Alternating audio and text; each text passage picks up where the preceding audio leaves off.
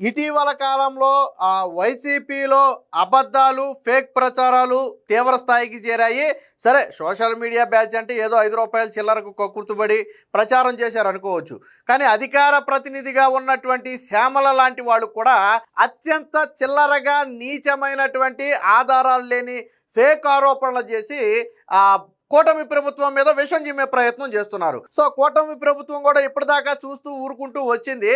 కానీ ఇప్పుడు ఇక జూలు విదిల్చాల్సిన సమయం వచ్చింది అనుకుందో ఏమో, కానీ ఎవరైతే కూటమి ప్రభుత్వం మీద తప్పుడు ప్రచారాలు చేశారో వారి మీద కేసు నమోదు చేశారు. అందులో ముఖ్యంగా వైసీపీ నుంచి యాంకర్ శ్యామల ప్రధానంగా అయితే ఉండటం జరిగింది. దీంతో పాటు YCP social media official page admin మీద కూడా కేసు నమోదైంది. ఎందుకంటే వైఎస్ఆర్సీపీ అఫీషియల్ పేజ్లో కూడా తప్పుడు ప్రచారాలు చేశారు. సాధారణంగా 1-2 తప్పుడు అయితే ఏదో చెప్పొచ్చు, బట్ వీళ్ళు నిత్యం లెగిస్తే చేసేయన్ని తప్పుడు ప్రచారాలే. అయితే కేసు నమోదైంది మాత్రం ఏదైతే మొన్న బస్సు ప్రమాదం జరిగిందో, చినటేకూరు వద్ద జరిగినటువంటి బస్సు ప్రమాదం ఏదైతే ఉందో దానికి సంబంధించి బెల్టు షాపులు రోడ్ల వెంట ఉండటమే కారణం. కూటమి ప్రభుత్వ నిర్లక్ష్యం వల్లే బెల్టు షాపుల్లో మద్యం కొనటం వల్ల ఆ బస్సు ప్రమాదం జరిగి 19 మంది చనిపోయారని ఒక తప్పుడు ప్రచారాన్ని వీళ్ళైతే సోషల్ మీడియాలో ప్రచారం చేసి రాష్ట్రంలో శాంతి భద్రతలకు విఘాతం కలిగించారు. అలాగే కొంతమంది మధ్య విద్వేషాలు రెచ్చగొట్టే వ్యాఖ్యలు చేశారనే కారణంతో వీరి మీద అయితే కేసులు నమోదు చేశారు. కేసు నమోదు చేసి ఆల్రెడీ దర్యాప్తు కూడా ప్రారంభమైంది. కేవలం శ్యామలాయనంటే దాదాపుగా 27 మంది వైఎస్ఆర్సీపీకి చెందినటువంటి అభిమానులు కావచ్చు, కార్యకర్తలు కావచ్చు, వాళ్ళ సానుభూతి పరులు కావచ్చు, వాళ్ళందరి మీద కూడా కేసులు అయితే నమోదు చేయడం జరిగింది. దీనికి సంబంధించి పోలీసులు విచారణ కూడా ప్రారంభిస్తున్నారు. ఖచ్చితంగా త్వరలోనే శ్యామల కూడా పోలీసుల ముందు విచారణకు హాజరవ్వాలి. అవసరమైతే ఆధారాలతో, ఎందుకంటే వాస్తవానికి వీళ్ళు చేసినటువంటి ఫేక్ ప్రచారానికి చాలా స్పష్టమైన ఆధారాలు ఉన్నాయి. సో కోర్టు నుంచి కూడా వీళ్ళు అంత ఈజీగా తప్పించుకోవడం కుదరదు. ఒకవేళ నాన్ బెయిలబుల్ సెక్షన్లు అయితే ఏమన్నా ముందస్తు బెయిల్ తీసుకున్నా లేదా ఇంకోటి తీసుకున్నా తప్పించుకోవచ్చేమో తెలియదునే. వాస్తవానికి సాక్ష్యాధారాలు కూడా చాలా బలంగా ఉన్నాయి. ఎందుకంటే వీళ్ళు చేసిన ప్రచారం ఏంటి, బెల్ట్ షాప్లో కొన్నారని. కానీ రేణుక ఎల్లమ్మ అనే ఒక లైసెన్స్డ్ షాపులోనే కొన్నారు. దానికి సంబంధించినటువంటి సీసీటీవీ ఫుటేజ్లు ఆల్రెడీ ఎక్సైజ్ శాఖ అధికారులు విడుదల చేశారు. ఎవరైతే ఆ బైక్ మీద రెండో వ్యక్తి ఎర్రస్వామి బ్రతికి బయటపడ్డాడో ఆ వ్యక్తి కూడా చెప్పాడు, మేము బెల్ట్ షాపులో కొనలేదు, మద్యం షాపులోనే కొన్నాం, 2 సార్లు కొన్నాం, 2 సార్లు కొని తాగేసామని చెప్పి స్వయంగా రెండో వ్యక్తి అనేటువంటి ఎర్రస్వామి ప్రత్యక్ష సాక్షి ఒక రకంగా చెప్పాలంటే. సో ఆ వ్యక్తి కూడా సాక్ష్యం చెప్పడంతో ఆ కేసు అయితే మరింత బలపడింది. దీనికి సంబంధించి ఎవరెవరి మీద కేసు నమోదు చేశారనేది ఒక వార్త అయితే వచ్చింది. ఒకసారి చూద్దాం. కర్నూలు బస్సు ప్రమాదంపై దుష్ప్రచారం, 27 మందిపై కేసు. అరే Shyamala, C V Reddy, Kandukuri Gopikrishna YCP social media పైన కూడా కేసు నమోదు చేశారు. ఇక బెల్ట్ షాపుల్లో మద్యం తాగటం వల్లనే ప్రమాదం అంటూ తప్పుడు పోస్టులు, ప్రజలను తప్పుదారి పట్టించి అశాంతి సృష్టించే దురుద్దేశంతోనేనని చెప్పి ఒక వ్యక్తి ఇచ్చినటువంటి ఫిర్యాదు ఆధారంగా పోలీసులు అయితే కేసు నమోదు చేశారు. కర్నూలు జిల్లా ప్రైవేటు బస్సు ప్రమాద ఘటనపై సోషల్ మీడియాలో తప్పుడు ప్రచారం చేసిన 27 మందిపై కేసు నమోదు చేశారు. బెల్ట్ షాపుల్లో మద్యం తాగటం వల్లే ప్రమాదం జరిగిందంటూ కూటమి ప్రభుత్వం ప్రతిష్టను దెబ్బతీసే విధంగా పోస్టులు పెట్టారు. కర్నూలు తాలూకా పోలీస్ స్టేషన్లో కేసు అయితే నమోదైంది. ఈ జాబితాలో వైసీపీ సోషల్ మీడియా, అంటే ఎవరైతే సోషల్ మీడియాని మెయింటైన్ చేస్తున్న అడ్మిన్ ఉన్నాడో, సో వైసీపీ సోషల్ మీడియాతో పాటు వైసీపీ అధికార ప్రతినిధి అయినటువంటి శ్యామల, అలాగే సివి రెడ్డి, కందుకూరు గోపీకృష్ణతో పాటు మరికొంతమంది మీద అయితే కేసు పెట్టారు. ఈ కేసు కూడా కర్నూలు రూరల్ మండలానికి చెందినటువంటి పేరుపోగు వేణుమూలయ్య అనే వ్యక్తి అయితే ఇవ్వడం జరిగింది.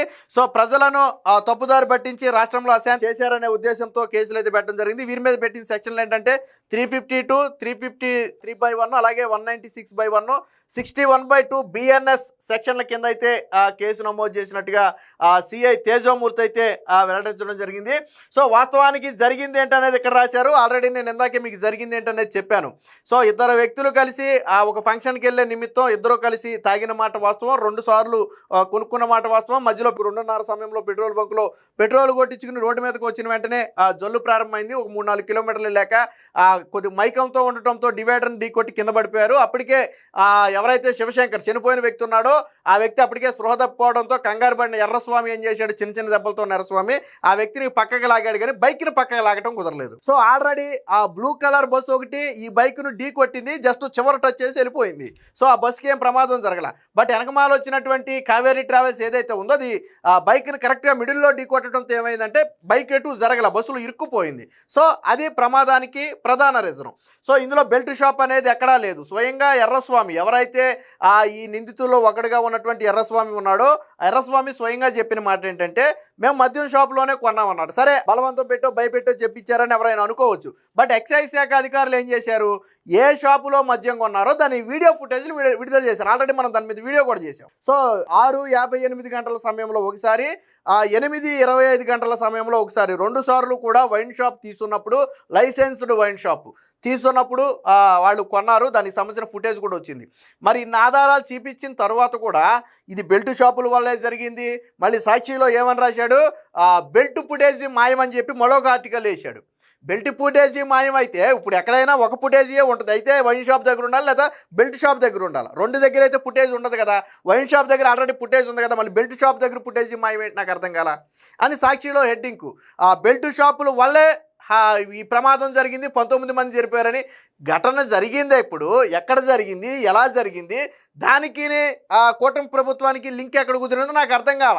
పోనీ బస్సు ఏపీకి సంబంధించింది కాదు, బస్సుకు సంబంధించిన ఓనర్ ఏపీకి సంబంధించిన వ్యక్తులు కాదు, ఆ బస్సు వాళ్ళు ఇక్కడ కొనలేదు, ఇక్కడ రిజిస్టర్ చేయలేదు, దానికి పర్మిషన్లు ఇక్కడ రాలేదు. అది ఒక రాష్ట్రం నుంచి మరొక రాష్ట్రానికి వెళ్ళే మధ్యలో ఆంధ్రప్రదేశ్లో ప్రయాణించింది. వైసీపీకి అన్నీ తెలుసు, కానీ ఏదో ఒక రకంగా విషయం చెమ్మాలి కాబట్టి 2-2:30 సమయంలో ప్రమాదం జరిగింది కాబట్టి ఆ టైంలో వైన్ షాపులు ఉండవు కాబట్టి వాళ్ళు తాగి ఉన్నారని చెబుతున్నారు కాబట్టి అది ఖచ్చితంగా బెల్ట్ షాపేనని వీళ్ళు ఒక నిర్ధారణకు వచ్చి వీళ్ళంతటా వీళ్ళుగా రాసుకున్నటువంటి ఆర్టికల్ అది.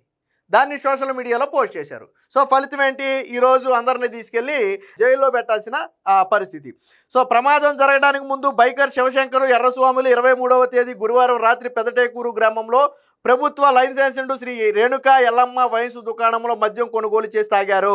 వారు మద్యం కొనుగోలు చేస్తున్న సీసీటీవీ ఫుటేజ్లు ఎక్సైజ్ శాఖ అధికారులు విడుదల చేశారు. ఇది జరిగిన ఘటన అయితే బెల్ట్ షాపుల్లో మద్యం తాగడం వల్లే ప్రమాదం జరిగిందని, జాతీయ రహదారి వెంబడి విచ్చలవిడిగా బెల్ట్ షాపులు అక్రమంగా ఏర్పాటు చేశారంటూ ఫేస్బుక్, ఎక్స్ అంటే ట్విట్టర్, ఇన్స్టాగ్రామ్, యూట్యూబుల్లో తప్పుడు ప్రచారం చేసిన దాదాపుగా 27 మంది పైన ఫిర్యాదు అయితే చేయడం జరిగింది. 27 మంది మీద కూడా కేసు అయితే నమోదు చేశారు. అందులో ఎవరెవరు ఉన్నారో ఒకసారి చూద్దాం.